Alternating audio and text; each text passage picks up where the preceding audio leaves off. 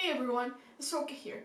Today we're going to be talking about the third and final season of Marvel's Runaways.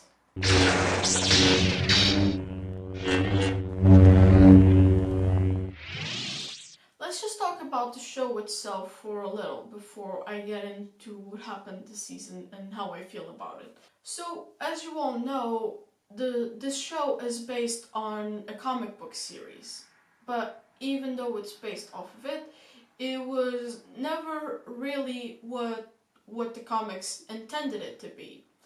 And that was fine because, at least for me, I had 2 seasons to make sure how I felt about the show itself and to separate it from the comics.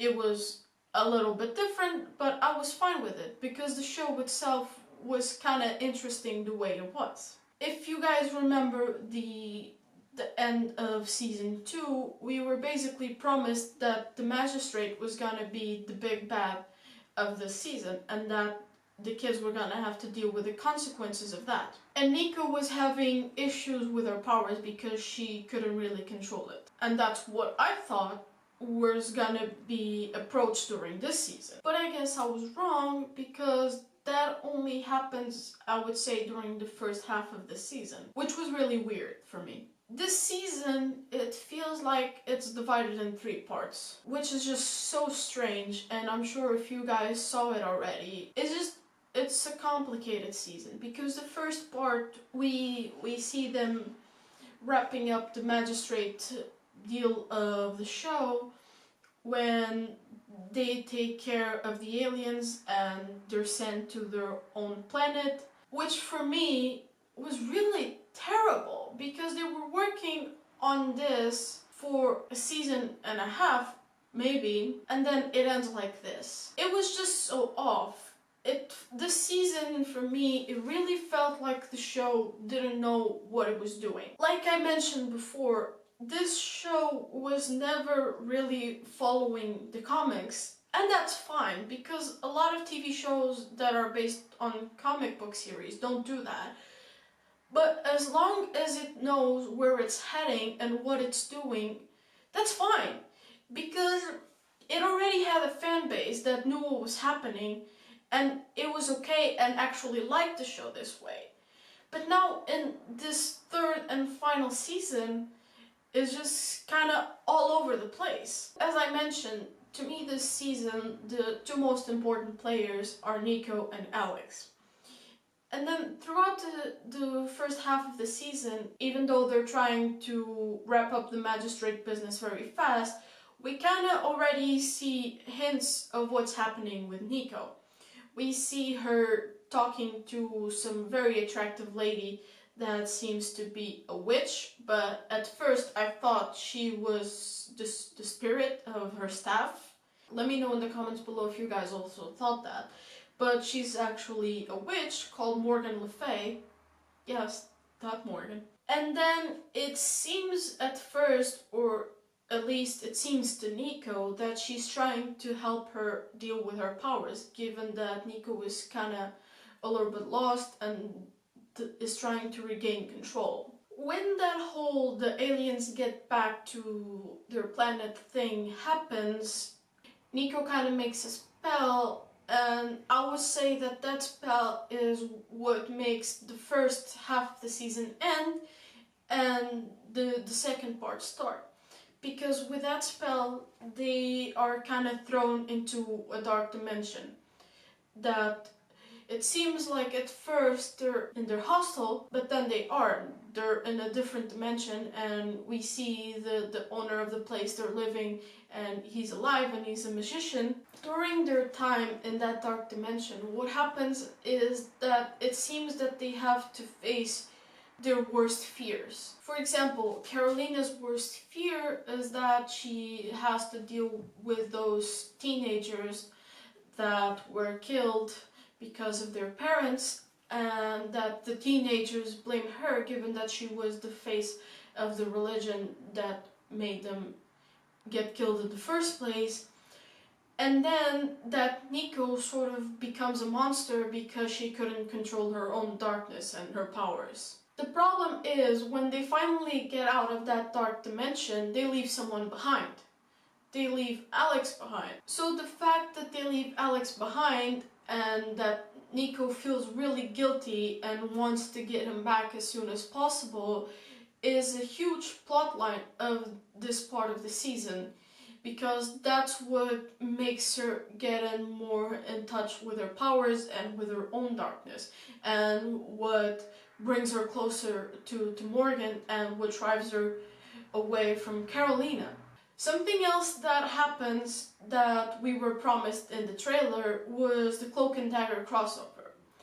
I personally never watched their show, but if it was anything like their appearance in this crossover, it seems like it was fun and entertaining. But I guess you guys have to let me know in the comments below if you saw the Cloak and Dagger TV show and how you feel about it. I personally really enjoyed this small crossover because even though they have different sets of powers and that their stories seem to be completely different, at least from what I've seen in this small crossover, they're just, all of them are just kids who have to deal with everything that has happened to them, and they kind of have to fend for themselves, and at the end of the day kind of have to try to save the world. It was also really interesting to me, because I never saw their show, to see their powers and how they actually work. For instance, the guy, he can basically get them out of places like that, and the girl can discover people's hopes just by touching them, which was really important because it turns out that Nico's hopes was to get married to Karolina, but it was a different type of wedding that Karolina had hoped in when she was in the pod. And most important was when she touched Alex and found out that his hopes was that he would have everyone's powers and he was basically just an evil guy. That for me was really interesting because throughout this season, and I would say a little bit of the last one as well, we kind of see that Alex is shifting. Because at first he starts as this really nice guy that tries to bring all of his friends together, and he's just trying his best to be just that, a nice guy, and have his friends with him, and he really tries to not be like his parents who were evil. But then this season we see the fact that he's trying so hard not to be someone that he despises. It's the very thing that makes him become that someone. I'm not gonna get too much into it, but here's the gist of it.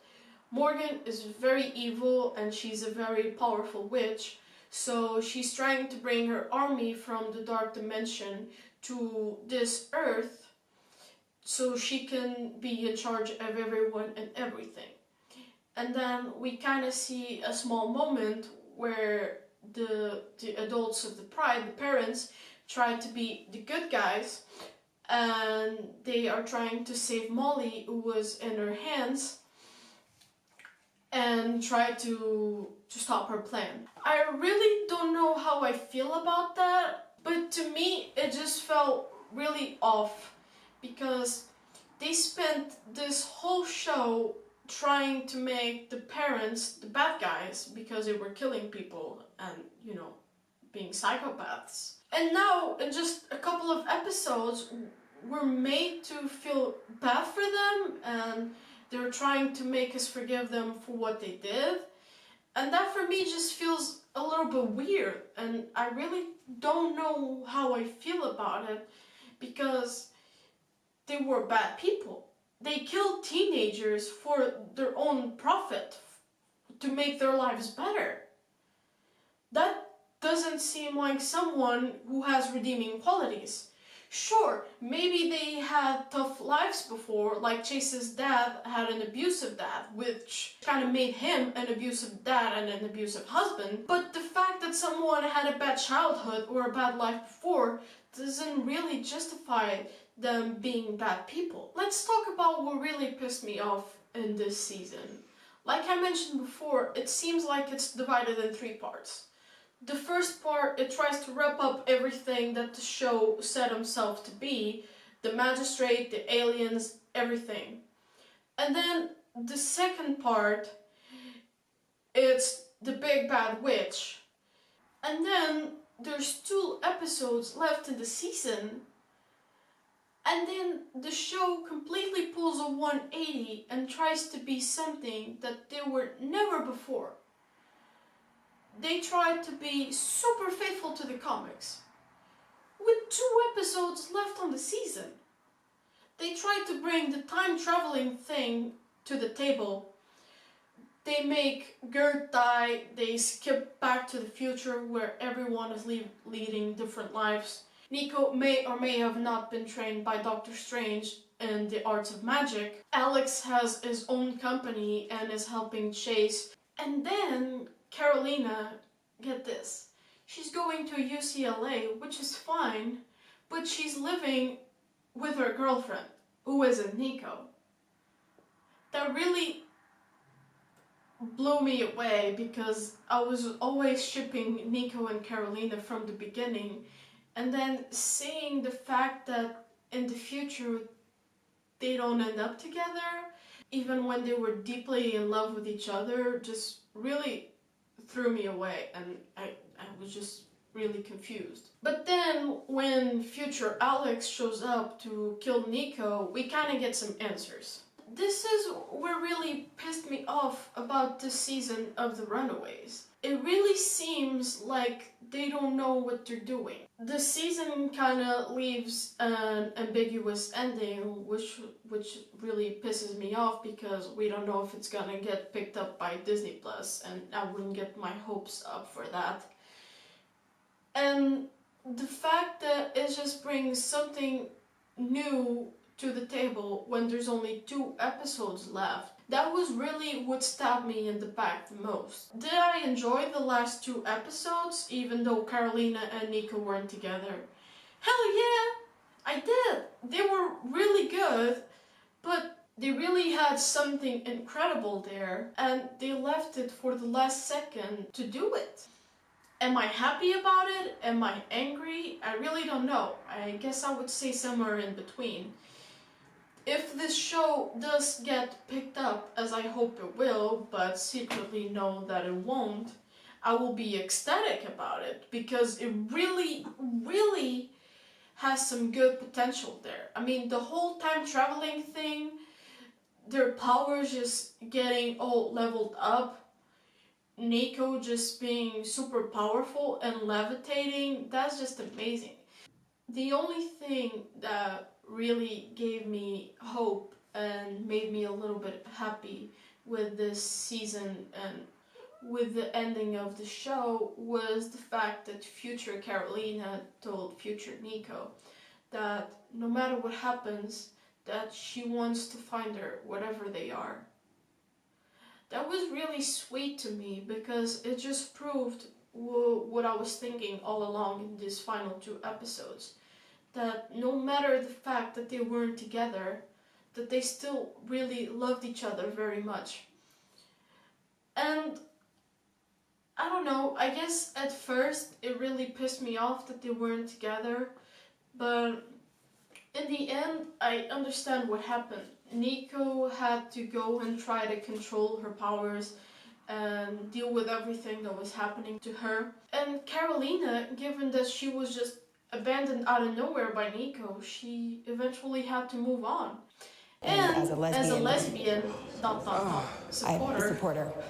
I like the fact that Karolina found love again with another girl, but as someone who shipped Nico and Karolina from the beginning, I was really upset. But then it hit me. They needed a time apart. They needed to figure out what they wanted, and that at the end of the day, what they wanted was to be together. So now you know how I felt about this season. Let me know in the comments below how you felt about it, if you're angry, if you're upset, if you actually enjoyed it, if you think that Disney Plus will pick it up. Oh, and do let us know if you actually want us to do a video on that subject. Stick around, and I'll see you next time.